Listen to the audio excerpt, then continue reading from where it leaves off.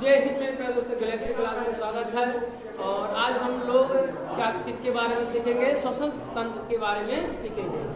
तो श्वसन तंत्र क्या होता है, श्वसन कैसे किया जाता है, क्यों श्वसन तंत्र कहा गया है, क्यों केवल श्वसन कहा जाता है, कभी कभी आप सुने होंगे श्वसन तंत्र होता है। यह श्वसन कैसे करते हैं, किस अंग के द्वारा करते हैं, क्यों करते हैं श्वसन, हम लोग किस चीज के बारे में हम लोग क्या करेंगे, जानेंगे।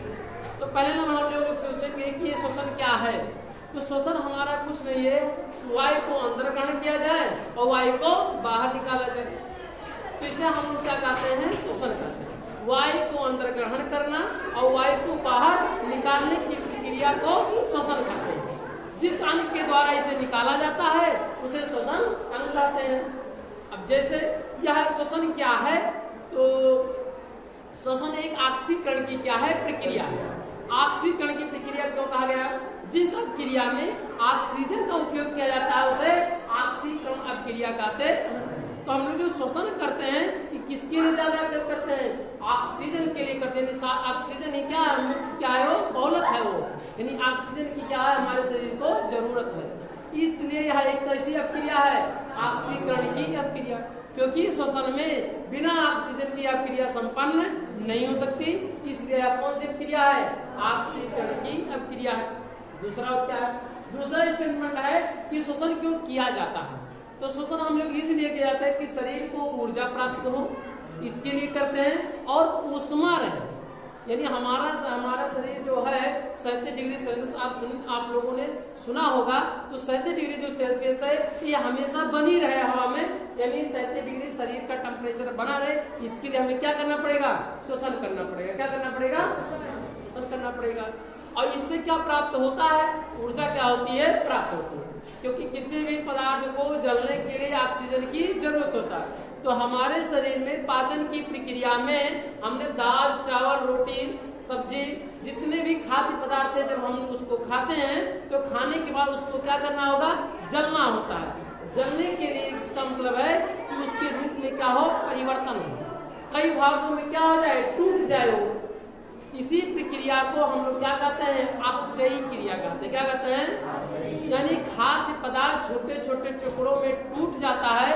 इसी प्रक्रिया को, टूटने की प्रक्रिया को हम लोग अपचयी, यहाँ देख सकते हैं, यह एक अपचयी क्या है, अभिक्रिया है। क्या है? अपचयी, यानी खाद्य पदार्थ का छोटे छोटे भागों में टूट जाना, यह कैसी प्रक्रिया है? तो हम लोग क्या कहेंगे? अपचयी क्रिया है। क्या है? अपचयी क्रिया है। श्वसन हम लोग क्यों श्वसन क्यों करते हैं? तो श्वसन हम लोग ऊर्जा प्राप्त करने के लिए और ऊष्मा प्राप्त करने के लिए। ऊर्जा हमें कैसे प्राप्त होगी? क्योंकि ऊर्जा हमें प्राप्त होगा श्वसन के माध्यम से, क्योंकि जो भी हमने खाद्य पदार्थ को खाया है उसे जलने के लिए क्या होती है? जरूरत होती है। क्योंकि जलेगा नहीं तो ऊष्मा क्या होगी? प्राप्त नहीं होगी।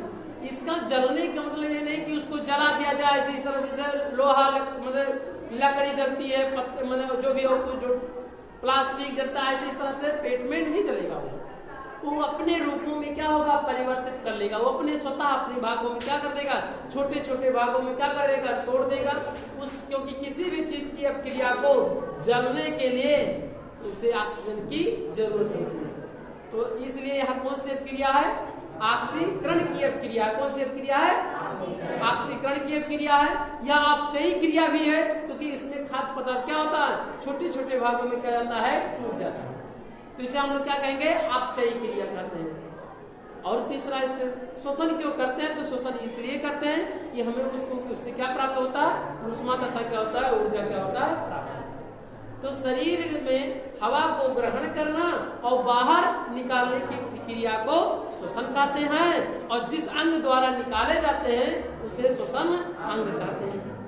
यह श्वसन की प्रक्रिया एक चरण में नहीं संपन्न होती, कई चरण की इसमें क्या होती है? प्रक्रिया क्या होती है? संपन्न होती है। इसलिए इसे श्वसन तंत्र कहा जाता है। क्या कहा जाता है? श्वसन तंत्र कहा जाता है। तंत्र में हम लोग आप बताए कि सिस्टम में सभी चीज क्या होते हैं? जुड़े होते हैं।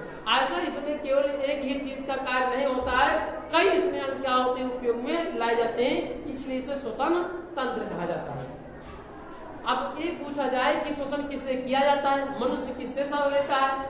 तो आप छोटे बच्चों से पूछेंगे तो कहो वो बच्चा कहेगा, क्या कहेगा कि मुख से सांस लेते हैं, और जो बड़े हैं वो तो क्या कहेंगे नाक से सांस लेते हैं। लेकिन क्या है, अगर देखा जाए तो ये ना तो हम मुख से सांस लेते हैं ना तो नाक से सांस लेते हैं। तब किसके ये केवल क्या है, माध्यम है, रास्ते हैं, अर्थात क्या है, मार्ग है केवल। श्वसन की लेने की क्या है, मार्ग है केवल। वास्तव में अगर देखा जाए तो जो मनुष्य है, स्तनधारी है, तो फेफड़ा द्वारा क्या करता है, सांस लेता है। यानी सांस लेना और सांस बाहर निकालने की प्रक्रिया को ही श्वासोच्छ्वास भी कहा जाता है। क्या कहा जाता है, शरीर में यानी वायुमंडल से वायु को शरीर के अंदर ग्रहण करना और बाहर निकालने की प्रक्रिया को श्वासोच्छ्वास कहते हैं। अब ग्रहण करने में हवा में तो हम लोग वायुमंडल में जितने भी वायुमंडल यहाँ पर हैं, तो जब हम लोग हवा को सांस के माने नाक के माध्यम से, तो मुख से भी कभी कोई व्यक्ति सांस ले लेता है। तो अगर मुख से कोई सांस ले या नाक से कोई सांस ले, तो इसका मतलब नहीं कि मुंह और नाक से वो क्या है, श्वसन क्या है, अंग है। वो श्वसन अंग के क्या है, माध्यम है, क्या है, रास्ते हैं वो सांस लेने यानी हवा आने और जाने का। बात समझे कि नहीं, कि क्या किस द्वारा सांस लिया जाता है, तो जो मनुष्य है वो फेफड़े द्वारा क्या किया जाता है, श्वसन करता है। वो किसके द्वारा करता है, श्वसन के द्वारा। इसमें एक चीज आया कि जो श्वसन यानी सांस यानी हवा को अंदर ग्रहण करना और बाहर निकालने की जिस अंग के द्वारा उपयोग किया जाता है, उसे हम लोग क्या कहते हैं, श्वसन अंग कहते हैं। अब भिन्न भिन्न जीवों में श्वसन के अंग क्या है, अलग अलग है। मनुष्यों में जो स्तनधारी है वो किसके द्वारा सांस लेते हैं बाबू, फेफड़े द्वारा क्या करते हैं, सांस लेते हैं। किसके द्वारा लेते हैं, फेफड़े द्वारा सांस लेते हैं।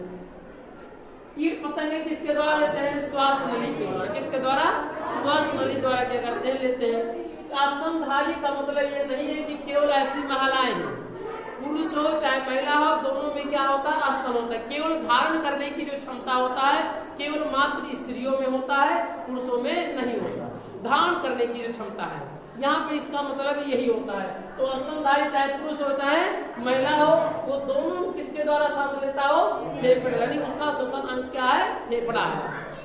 कीट पतंगे जो है किसके द्वारा लेगा, वो श्वास नली के माध्यम से। किसके द्वारा लेगा, श्वास नली के। जो जलीय जीव है किसके द्वारा, क्लोम, जिसे हम लोग क्या कहते हैं, गिल्स कहते हैं। क्या कहते हैं, गिल्स के द्वारा हम लोग क्या करते हैं, यानी जलीय जो जीव जितने दिख रहे हैं आप देख सकते हैं, मछली जैसे, मछली आप देखते हैं गलफड़ा से ऊपर खुला रहता है, तो उसे गलफड़ा जिसे हम लोग क्या कहते हैं, गिल्स कहते हैं। हिंदी में इसे हम लोग क्या कहते हैं, क्लोम कहते हैं। तो जो जलीय जीव हैं वो किसके द्वारा सांस लेते हैं, क्लोम द्वारा लेते हैं, अर्थात किसके द्वारा, गिल्स द्वारा सांस लेते हैं। गिल्स द्वारा ये भी है, जैसे मछलियां हैं, मछलियां जब सांस लेती हैं तो आपके सामने अगर ऐसे हम इस तरह से कुछ थोड़ा सा बना दे, ऐसे आपके सामने ऐसे इस तरह से आप देखेंगे मुख के द्वारा ये सांस लेती हैं, तो ये हवा यानी वायु को, पानी भी उसके साथ में क्या होगा, जाएगा उसके अंदर। हवा और पानी एक साथ जाएगा, परंतु यहाँ पर जो फेफड़ा यानी जो गलफड़ा है, यहाँ पर गिल्स है, वो क्या होगा, वायु को अंदर क्या करेगा, प्रवेश कर लेगा और जल को क्या करेगा, बाहर क्या करेगा, निकाल देगा। इसकी एक ऐसी क्या होती है, संरचना होती है, प्राकृतिक ने ऐसा बना रखा है कि आप वायु और जल को दोनों को एक साथ ग्रहण करेगा, परंतु वायु जल को क्या करेगा, बाहर निकाल देगा और ऑक्सीजन को क्या करेगा, अंदर क्या होगा, ग्रहण कर लेगा। इसीलिए किसके द्वारा सांस लेता है, गिल्स द्वारा। किसके द्वारा, गिल्स द्वारा। तो जलीय जीव गिल्स हो गए। मेढक, मेढक को आप देखे होंगे जमीन पे भी रहता है और क्या रहता, बताओ, जल में भी रहता है और जल में रहता है। आप देख सकते हैं जमीन पे भी रहता है और जमीन के अंदर भी आप देखे होंगे, जमीन के अंदर। अभी आप कोई तालाब देखते हैं, एक भी मेढक दिखाई नहीं पड़ता है, परंतु जैसे बारिश हल्का सा होता है, इसके बाद टों टों टों के टर टर की आवाज क्या करते हैं, सब बोलने लगते हैं। कहाँ से आ जाते हैं वो, जमीन के अंदर क्या होते हैं, वो छुपे रहते हैं वो। तब सांस किसके द्वारा लेते हैं, तो त्वचा द्वारा क्या करते हैं, सांस। जब मेढक जमीन की अंदर होगा, मिट्टी के अंदर होता है, तो अपने त्वचा द्वारा क्या करता है, सांस लेता है। और जब वह किस पे हो, जमीन पे रहता है, तब किसके द्वारा लेता है, फेफड़े द्वारा क्या करता है, लेता है। और जब वही जितने भी मेढक है, जो मेढक का जो छोटा, जैसे हम लोग कहते हैं, अगर कहा मेढक का जो बेबी होता है, छोटा बच्चा होता है, उसे हम लोग टेडपोल कहते हैं। क्या कहते हैं? टेडपोल कहते हैं। इसे हम लोग इसे गलफुल्नी के भी नाम से जानते हैं। जब आप देखे होंगे खेत में, खलिहान में, कहीं भी पानी थोड़ा सा बरसात के दिनों में टिका रहता है, तो आप देखिए मछली के टाइप के जैसे वो आपको दिखाई पड़ता है, लेकिन वो मछली नहीं रहता है। वो मेढक का क्या होता है? छोटा क्या होता है? बेबी, यानी क्या होता है? चूजा रहता है। इसलिए उसे क्या कहा जाता है? टेडपोल। मेढक के छोटे बच्चे जो होते हैं उसे हम लोग क्या कहते हैं? टेडपोल कहते हैं। क्या कहेंगे? तो टेडपोल किससे सांस लेते हैं? तो गिल्स द्वारा क्या करते हैं? सांस लेते हैं। तो ये हमारा क्या रहा? ये अंग रहा। कौन सा अंग रहा? ये श्वसन अंग रहा। किसके द्वारा? स्तन, जो स्तनधारी होते हैं तो फेफड़े द्वारा लेते हैं, और जो कीट पतंगे किसके द्वारा? श्वास नली के द्वारा। जलीय जीव किसके द्वारा? क्लोन द्वारा। क्या किससे? गिल्स से कहते हैं हम लोग। मेढक कहाँ रहता है? जल में भी रहता है, जमीन पे भी रहता है, जमीन के अंदर। जब मेढक जमीन पे रहेगा तो उसे हम लोग क्या कहेंगे? तब किसके द्वारा वह सांस लेता है? किसके द्वारा? त्वचा द्वारा सांस लेता है। और जब जमीन पे रहेगा तब किसके द्वारा? और जब वो बेबी रहेगा तब किसके द्वारा? किसके द्वारा? गिल्स द्वारा। टेडपोल मेढक का क्या? बेबी यानी बच्चा जो होता है छोटा सा, उसे क्या कहलाता है? टेडपोल। कभी कभी बहुत से बच्चे उसको चिढ़ा देते हैं कि मछली पकड़ के लाए हैं, डिब्बा में उसको लाकर क्या करते हैं? रख देते हैं, और बाद में पता चलता है जब 10 दिन 15 दिन 1 महीना बीत जाता है तब पता दिखाई पड़ता है उसमें क्या आ गया? मेढक आ गया। तो छोटे बच्चे को क्या पता है कि वो जो बच्चा था वो कैसे, किसका बच्चा था? मेढक का था। तो बाद में पता चलता है हम मेढक कहाँ से आ गए, मछली मत डाले रहे, लेकिन वो क्या रहता है? वो मेढक रहता है।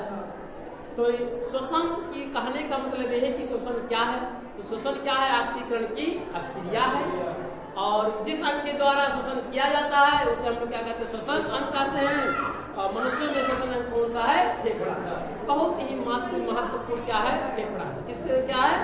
फेफड़ा है। अब समझ आगे। अब हम लोग श्वासोच्छ्वास के बारे में जानेंगे। श्वासोच्छ्वास क्या होता है? वायु को शरीर के अंदर ग्रहण करना और बाहर निकालने, यानी अंदर लेना और बाहर करने की प्रक्रिया को श्वासोच्छ्वास कहते हैं। जब हम लोग वायु को ग्रहण करते हैं तो वायुमंडल में हमारे सामने यहाँ हवा होगा, वायु है, तो यहाँ कार्बन डाइऑक्साइड भी गैस बाहर निकल रही है सबके मुंह से, नाक से के माध्यम से, और नाइट्रोजन भी यहाँ है, ऑक्सीजन भी है, कार्बन डाइऑक्साइड है, अन्य गैसें भी हैं। अब इस हवा को हम लोग क्या करते हैं? खरखर खरखर सब वायु को क्या करते हैं? नाक के माध्यम से अंदर क्या करते हैं? ग्रहण कर लेते हैं। तो हमने कौन कौन सी गैसें ग्रहण किया? बाबू हम लोग जानते हैं कि वायुमंडल में 21% क्या है? ऑक्सीजन है। हमने 21% ऑक्सीजन को भी क्या किया? खींचा। और 78% क्या है? नाइट्रोजन। तो 78% हमने नाइट्रोजन को भी क्या किया? ग्रहण किया। और कार्बन डाइऑक्साइड भी 0.03% क्या है? कार्बन डाइऑक्साइड है। उस तीनों गैसों को हमने क्या किया? नाक के माध्यम से खाकर करके सब क्या कर लिए? खींच लिए। खींचने के उपरांत अब बाहर हम क्या करते हैं? बाहर अंदर ग्रहण करना। जब हमने वायु को ग्रहण किया तो उससे हम लोग क्या कहते हैं? निःश्वसन कहते हैं। क्या कहते हैं? निःश्वसन कहते हैं। क्या कहेंगे? निःश्वसन। दो चीज है, आप देख सकते हैं, निःश्वसन, निःश्वसन, और एक होता है निःश्वसन। क्या होता है? निःश्वसन। दो बिंदी आ जाए। तो जब अंदर लिया जाता है तो उसे हम लोग क्या कहते हैं? वायु को अंदर लेना निःश्वसन कहलाता है, और वायु को बाहर निकालना निःश्वसन कहलाता है। तो जब शरीर के अंदर वायु को ग्रहण किया जाता है तो इस प्रक्रिया को निःश्वसन कहते हैं, और जब वायु को शरीर से बाहर निकालते हैं तो इस प्रक्रिया को निःश्वसन कहते हैं। अब कितने ऑक्सीजन? 78% नाइट्रोजन को, 21% नाइट्रोजन को, ऑक्सीजन को, और 0.03% कार्बन डाइऑक्साइड गैस को हम लोग क्या करते हैं? ग्रहण करते, मैंने खींचते हैं, श्वास के अंदर प्रवेश करते हैं, नाक के माध्यम से क्या करते हैं? खींच लेते हैं। बाहर क्या करते हैं? बाहर हम लोग क्या करते हैं? नाइट्रोजन 78% ग्रहण किए थे तो 78% क्या करते हैं? बाहर क्या करते हैं? शरीर से निकाल देते हैं। और जो ऑक्सीजन हमने 21% हमने ग्रहण किया था, तो हमने उसको कितना परसेंट बाहर निकाला? 17%। कितना परसेंट? यानी शरीर से 17% क्या करते हैं? बाहर निकालते हैं। और कार्बन डाइऑक्साइड 4% क्या करते हैं? बाहर क्या करते हैं? निकालते हैं। तो हमने ग्रहण क्या था? 78% नाइट्रोजन, 21% ऑक्सीजन और 0.3% कार्बन डाइऑक्साइड गैस को हमने नाक के माध्यम से ग्रहण किया था। और फिर जब बाहर निकाला तो 78% ऑक्सीजन बाहर निकाले और 21% की बजाय हमने क्या किया? 14% हमने 17% हमने क्या किया? ऑक्सीजन को क्या किया? बाहर निकाला। और 78% नाइट्रोजन को और कार्बन डाइऑक्साइड की मात्रा कितना? 4%। इतना क्या किया? बाहर निकाला। इस दौरान दोनों दौरान में हमने देखा कि ऑक्सीजन की मात्रा घट रही है और कार्बन डाइऑक्साइड की मात्रा बढ़ रही है। इसका मतलब यही है कि हमने जो गैस ग्रहण किया था, इसीलिए कहा जाता है कि शरीर के जब अंदर ग्रहण किया वायु को, तो जब बाहर निकाला तो हमारा शरीर किस गैस को ग्रहण किया? तो ऑक्सीजन गैस को क्या किया? वो ग्रहण किया, अर्थात उसका क्या किया? उपयोग किया। इसका उपयोग किया, ऑक्सीजन का क्या किया? वो उपयोग किया। अब यह ऑक्सीजन का उपयोग किया और बाहर और क्या निकाला? इसकी मात्रा को बढ़ा दिया। कार्बन डाइऑक्साइड की मात्रा 4% को क्या कर दिया? लगभग बढ़ गया। इसका मतलब ये हुआ कि हम लोग, इसीलिए कहा जाता है कि हम लोग कौन सी गैस ग्रहण करते हैं? ऑक्सीजन गैस क्या करते हैं? ग्रहण करते हैं। क्यों ऑक्सीजन नहीं ग्रहण करते हैं?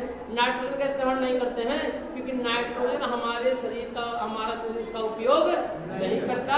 इसलिए नाइट्रोजन को हम लोग कहते हैं कि ऑक्सीजन गैस को ग्रहण करते हैं, इस बात को कहते हैं, लेकिन नाइट्रोजन गैस ग्रहण नहीं करते, इस बात को नहीं। क्यों? क्योंकि हम लोग जानते हैं, क्या जानते हैं?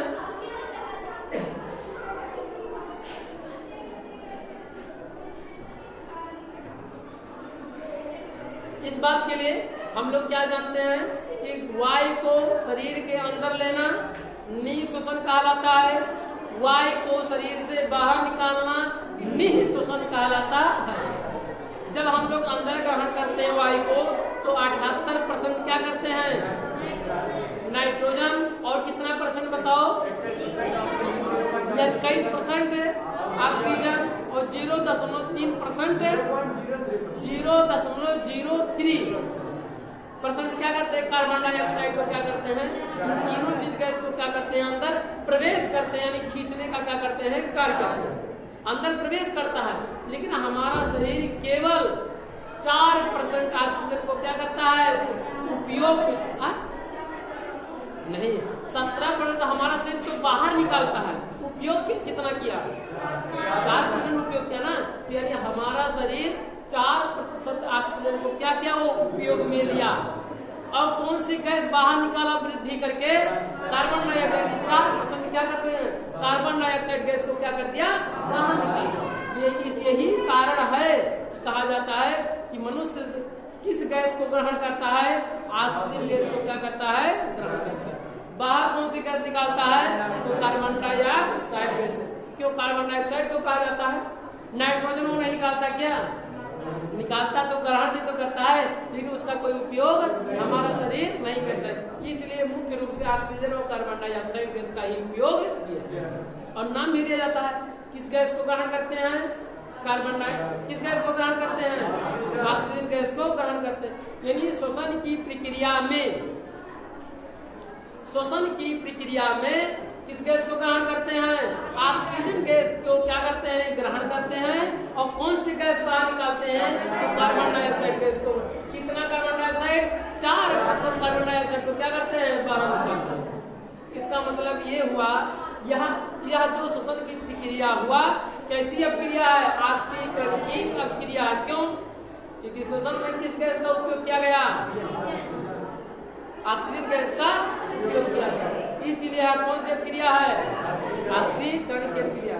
ऑक्सीजन यानी किसी भी चीज को जलने के लिए ऑक्सीजन की जरूरत होती है। ऑक्सीजन अगर जरूरत यदि है तब हम लोग आगे क्या करेंगे? यदि जरूरत है तो उसे ऊष्मा और ऊर्जा प्राप्त करने के लिए शरीर में 70 डिग्री सेल्सियस बना रहे, टेम्परेचर हमेशा बना रहे, इसके लिए हमें क्या करना पड़ेगा? शोषण करना पड़ेगा। और शरीर में ऊर्जा प्राप्त करने के लिए भी उसकी क्या होती है? आवश्यकता होती है। तो शोषण क्यों करते हैं? ऊष्मा और ऊर्जा प्राप्त करने के लिए करते हैं। किसके लिए? ऊष्मा और ऊर्जा। तो श्वासोच्छ्वास, तो हम लोग इस बात को श्वासोच्छ्वास के बारे में लिख लेंगे, ठीक है। तो श्वासोच्छ्वास क्या होता है? शरीर में वायु को ग्रहण करना और बाहर निकालने की प्रक्रिया को श्वासोच्छ्वास कहते हैं। बात समझ आए कि नहीं? शरीर में वायु को अंदर लेना और बाहर निकालने की प्रक्रिया को श्वासोच्छ्वास कहते हैं। यह दो प्रकार का होता है। नंबर 1 क्या होता है? निःश्वासन, और नंबर 2 क्या होता है? निःश्वासन। कितने प्रकार का होता है? दो प्रकार का होता है। कौन कौन? एक होता है निःश्वासन, दूसरा होता है निःश्वासन। निःश्वासन में 78% क्या करते हैं हम लोग? यानी वायु को जब ग्रहण किया जाता है, यानी निःश्वासन किसे कहते हैं? तो वायु को शरीर के अंदर लेना निःश्वासन कहलाता है।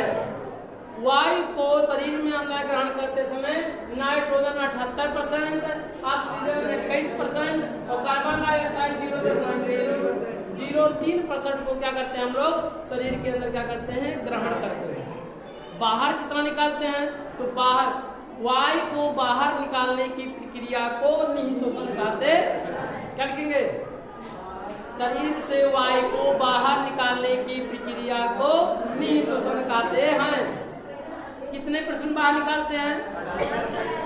शरीर से 78% नाइट्रोजन, ऑक्सीजन 17% और कार्बन डाइऑक्साइड 4% क्या करते हैं? बाहर निकालते हैं। इसी दोनों की प्रक्रिया को क्या कहते हैं? श्वासोच्छ्वास कहते हैं। कितने प्रकार का होता है? 2 प्रकार का होता है। इसीलिए नाइट्रोजन, यहाँ ऑक्सीजन में आप देखें, ऑक्सीजन में क्या हुआ? कमी हुआ यहाँ पर, और कार्बन डाइऑक्साइड का क्या हुआ? वृद्धि हुआ। क्या हुआ? वृद्धि। कितने % की वृद्धि हुआ? 4% गैस की यहाँ क्या हुई? वृद्धि। किस गैस की? Carbon dioxide. इसी कारण कहा जाता है कि हम लोग श्वसन की प्रक्रिया में किस गैस को ग्रहण करते हैं? तो हम लोग ऑक्सीजन करते हैं, ठीक है। बात समझे कि नहीं? और कौन सी गैस बाहर निकालते हैं? ठीक। किस गैस को ग्रहण करते हैं? किस गैस को? लिख लेंगे, कोई दिक्कत किसी को? कल श्वसन मार्ग के हेडिंग डालेंगे, कल चलेंगे श्वसन मार्ग का फेफड़ा खत्म। हाँ भैया, सबसे मेरे पास होगा ना। तो कल तो पढ़ाई जाइए, कल जाइए पढ़ाई लीजिए। कोनो कारण पर ये हमें काम का सब तो समझे डिसाइड हुई ना, समझे नहीं? तो अगर नहीं तो पढ़ा के जाएंगे आपको, ठीक है? समझे नहीं? पढ़ाई जाए सब बेटे नहीं हो तो ग्रुप में बाबू चल के देख लो कि छुट्टी करे कि पढ़ाई करे, ठीक है? वैसे पढ़ाई जाते रहेगी, ठीक है? आज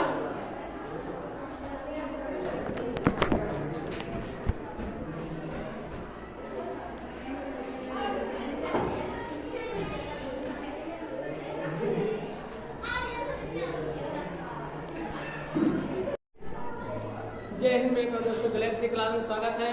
और आज हम लोग एनसीईआरटी के बायोलॉजी के चैप्टर को सॉल्व करेंगे और पढ़ेंगे। और इसके पहले में हमने आपको पिछले वीडियो में बताया था कि श्वसन तंत्र क्या होता है और श्वसन क्यों किया जाता है। श्वसन की कैसी प्रक्रिया है तो हमने आपको बताया था कि श्वसन कैसी प्रक्रिया है? ऑक्सीकरण है। और यह अपक्षय की क्या है? क्रिया है। इससे क्या प्राप्त होता है? ऊष्मा क्या होता है? ऊर्जा प्राप्त होता है। ये भी हमने आपको बताया था। और इसके साथ साथ में ये भी बताया था कि मनुष्य किस अंग के द्वारा श्वसन करता है? तो फेफड़े द्वारा क्या करता है? करता है। मनुष्य फेफड़े द्वारा श्वसन करता है। तो इस श्वसन तंत्र के अंतर्गत ये भी बताया था कि श्वसन तंत्र क्यों कहा गया, ये सिस्टम क्यों कहा गया श्वसन। तो हमने कहा था इससे बहुत सी चीजें क्या होते हैं? जुड़े होते हैं, जिसके कारण तंत्र का नाम दिया गया, जिसे हम लोग क्या कहते हैं? सिस्टम कहते हैं। तो यानी मनुष्य के यानी स्तनधारियों में की श्रेणी मनुष्य आता है और वह किस अंग के द्वारा शोषण करता है? तो किसके द्वारा शोषण करता है? फेफड़े द्वारा करता है। तो फेफड़े के कुछ बारे में आपको बता देते हैं कि मेढक क्या करता है? किसके द्वारा करता है शोषण? त्वचा द्वारा कब? त्वचा द्वारा करेगा जब वह जमीन के अंदर होगा, मेढक तो त्वचा द्वारा करेगा, और जमीन पे होगा तो किसके द्वारा करेगा? फेफड़े द्वारा। और लेकिन उसी का अगर चूजा बच्चा छोटा रहता है तब किसके द्वारा? टेडपोल जिसे कहा जाता है, तो किसके द्वारा? गिल्स के द्वारा। मछली किसके द्वारा सांस लेती है? गिल्स के द्वारा क्या करती है? शोषण करती है। अब हम लोग पढ़ेंगे कि श्वसन मार्ग क्या होता है। तो वह हमारे शरीर में वह जिस मार्ग से प्रवेश करता है, जिस मार्ग से, उसे क्या कहते हैं? श्वसन मार्ग। इसी बात को संक्षेप में कह सकते हैं कि वह जिस मार्ग का अनुसरण करती है तो उसे श्वसन मार्ग कहते हैं। मुख्य रूप से कितने श्वसन तंत्र है? तो मुख्य रूप से कितने श्वसन तंत्र है देखा जाए तो कितने? टोटल 8 है। कितने हैं? 8। ये तो केवल उसके उप शाखाएं हैं जिसको लिख दिया गया है। टोटल कितने हैं? 10, लेकिन मुख्य पूछा जाए तो कितने हैं? 8। ये वर्ड कहाँ से पहले स्टार्ट होगा? श्वसन कहाँ से होगा? तो हमारे पास एक नाक में कितने छिद्र हैं? 2 छिद्र। तो इस छिद्र को नासा छिद्र कहा जाता है। क्या कहा जाता है? जब हम लोग हवा को श्वसन के रूप में क्या करते हैं? श्वासोच्छ्वास करते हैं। श्वासोच्छ्वास में कौन सा?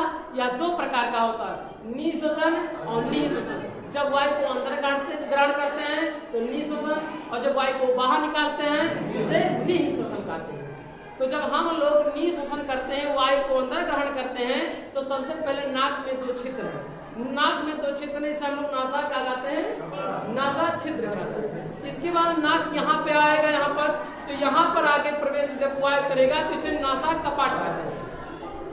जब नासा कपाट पे हल्का सा चोट लगा मार दिया जाए यहाँ पर, तो बहुत अच्छे से क्या तेज चोट लगता है। हल्का सा सिलों से आप चोट मारेंगे तो क्या होगा? ज्यादा तेज क्या होगा? आपको आभास होगा।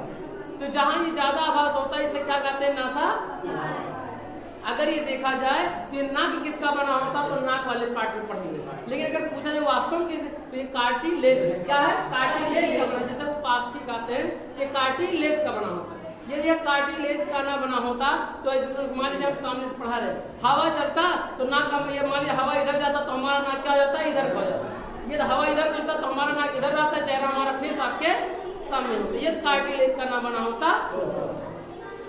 तो यानी हवा नाक में 2 छिद्र है, इस छिद्र को नासा क्या कहते हैं? छिद्र कहते हैं। इसके बाद यहाँ नाक यहाँ पे लास्ट जो सिरा होता है इसे नासा क्या कहते हैं? कपाट कहते हैं। इसके बाद और अगर हवा जो प्रवेश करेगा तो नासा कपाट के बाद क्या होगा? दरअसल जिसे हम लोग क्या कहते हैं? फायरिंग्स कहते हैं। क्या कहते हैं? फायरिंग्स। फायरिंग्स के बाद क्या आता है? लैरिंग, जिसे हम लोग हिंदी में क्या कहते हैं? स्वर तंत्र होता है। जहां से यहाँ आवाज देखते हैं आप, यहाँ पे आवाज निकलता है, उसे क्या कहते हैं? स्वर तंत्र होता है। स्वर तंत्र के बाद आता है क्या आता है? ट्रेकिया आता है, जिसे हिंदी में क्या कहते हैं? श्वास नली। यहीं से ट्रेकिया से ही हम लोगों का प्रोसेस क्या हो जाता है? स्टार्ट हो जाता है श्वसन की प्रक्रिया। तो स्टार्ट हुआ कहाँ से? नासा छिद्र से। पहले नासा छिद्र, इसके बाद क्या होगा? नासा कपाट, और नासा कपाट के बाद क्या होगा? फायरिंग्स। फायरिंग्स के बाद कहाँ से वायु आएगी? लैरिंग्स। फिर लैरिंग्स के माध्यम से होते हुए कहाँ जाएगी? ट्रेकिया, और ट्रेकिया आपके सामने यहाँ से बना।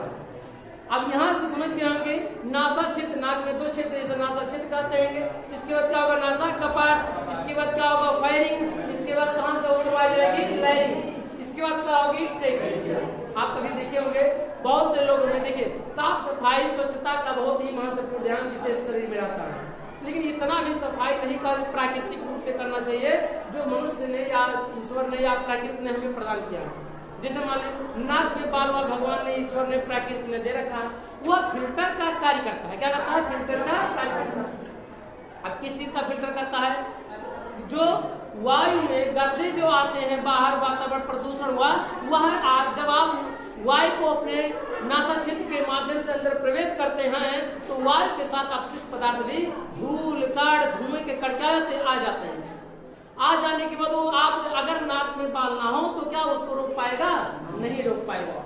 अगर रोक नहीं पाएगा तब क्या होगा? वह जाके फेफड़े में क्या हो जाएगा? पहुंच जाएगा, जिससे खांसी, टीबी और जिससे बीमारियां फेफड़े से संबंधित है वो हो सकते हैं।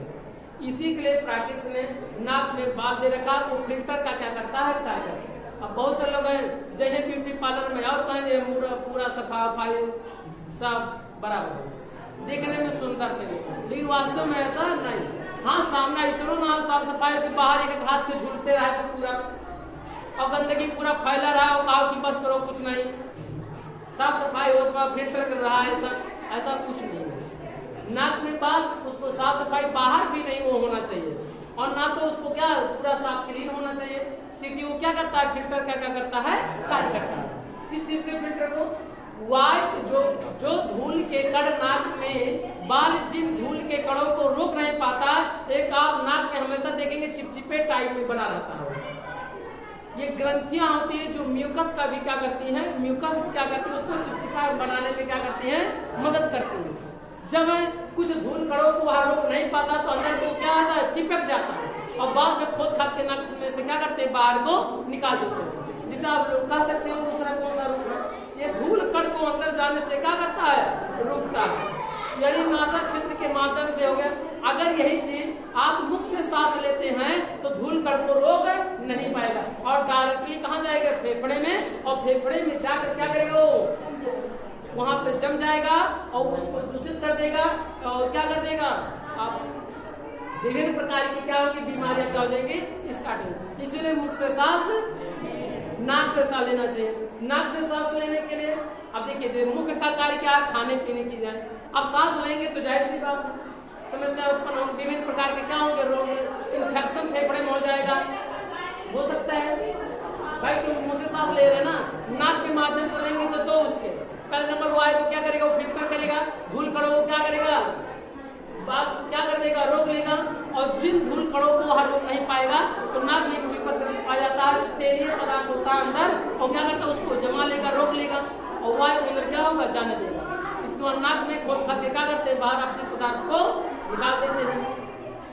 अब इसी बात को हम लोग कह सकते हैं कि यानी ट्रेकिया तकले, यानी जो हमारा हुआ नासा क्षेत्र, नासा का पार्ट, फायरिंग, इसके बाद लैरिंग, इसके बाद क्या होगा ट्रेकिया, जिसे हम क्या करते हैं, श्वास नली।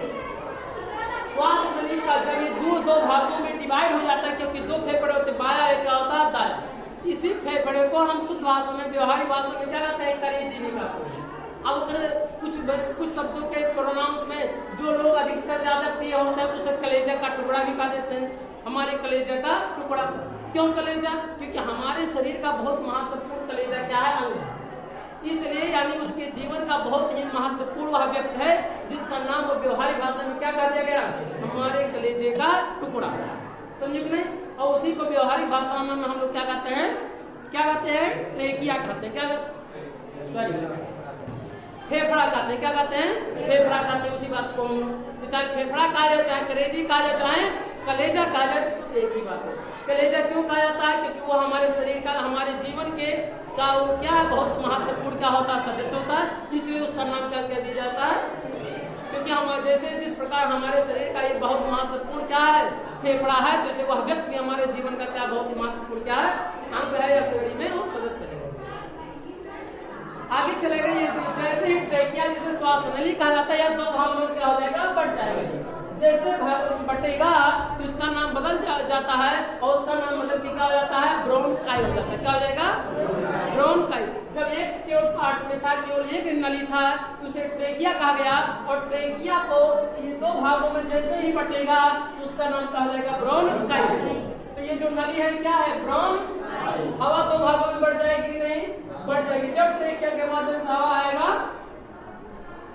तो या दो भागों में क्या हो जाएगा, बढ़ जाएगा। और जैसे बढ़ेगा तो इस पाइप का नाम क्या हो जाएगा, ब्रोंकाई। इसका भी नाम क्या हो जाएगा, ब्रोंकाई।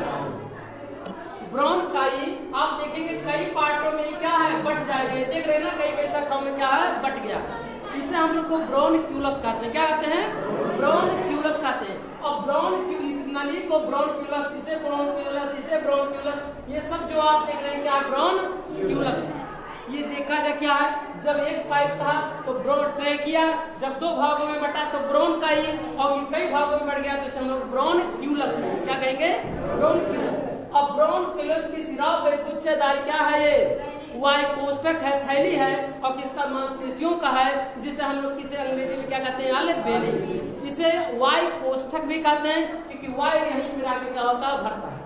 जब हम लोग कभी सांस लेते हैं तो जब सांस को लेते हैं तो देखते हैं सीना फूल जाता है। इसे आपके सामने सीना क्या है, फूल गया। ये कैसे फूला जगह, क्योंकि यही हमारा क्या है, अल्वेली क्या होता है, हवा क्या भर जाता है और ये सुपड़ा आता है तो क्या जाता है, फैल जाता है। बात समझेंगे इस बात को, अलबेली तकले हवा आए। अलबेली में एक वायु क्या आता है, अलबेली में क्या भरा रहेगा, तो रक्त भरा रहेगा, ब्लड भरा रहेगा। जिससे अंग्रेजी में ब्लड, हिंदी में क्या कहेंगे रक्त, और व्यवहारिक भाषा में उसे हम लोग क्या कहते हैं, खून कहते हैं।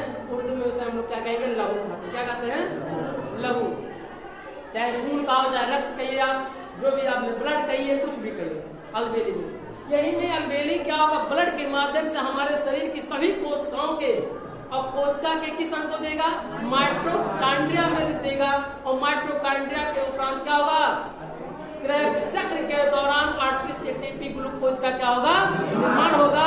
वह ग्लूकोज क्या होगा, शरीर को ऊर्जा प्रदान करता है। इसीलिए फेफड़े के लिए कहा गया था, जब बताया था कि श्वसन तंत्र में इसके पहले वाले वीडियो में तो हमने बताया था आपको कि इससे हमें क्या प्राप्त होता है, ऊष्मा तथा ऊर्जा क्या होती है, प्राप्त होती है।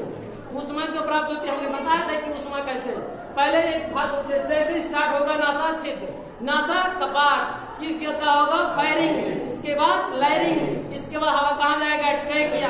ट्रेकिया से यहाँ चित्र बना है, ट्रेकिया जैसे दो भागों में बटेगा तो हम लोग क्या कहते हैं, ब्रोंकाई, और इसे क्या कहेंगे, ब्रोंकाई भी कहेंगे। या कई भागों में बट गया इसे हम लोग क्या कहेंगे, ब्रोनक्यूलस, और ब्रोनक्यूलस की शिराओं पे क्या है, अलबेली है। क्या है, जिसे वायु कोष्ठक है, इसे एक तरह की झोली या थैली भी कह सकते हैं। किसकी थैली है, मांसपेशियों की थैली होता है, इसमें क्या भरता है, भरा रहता है, तो क्या हवा जाके क्या होता है, भरता है।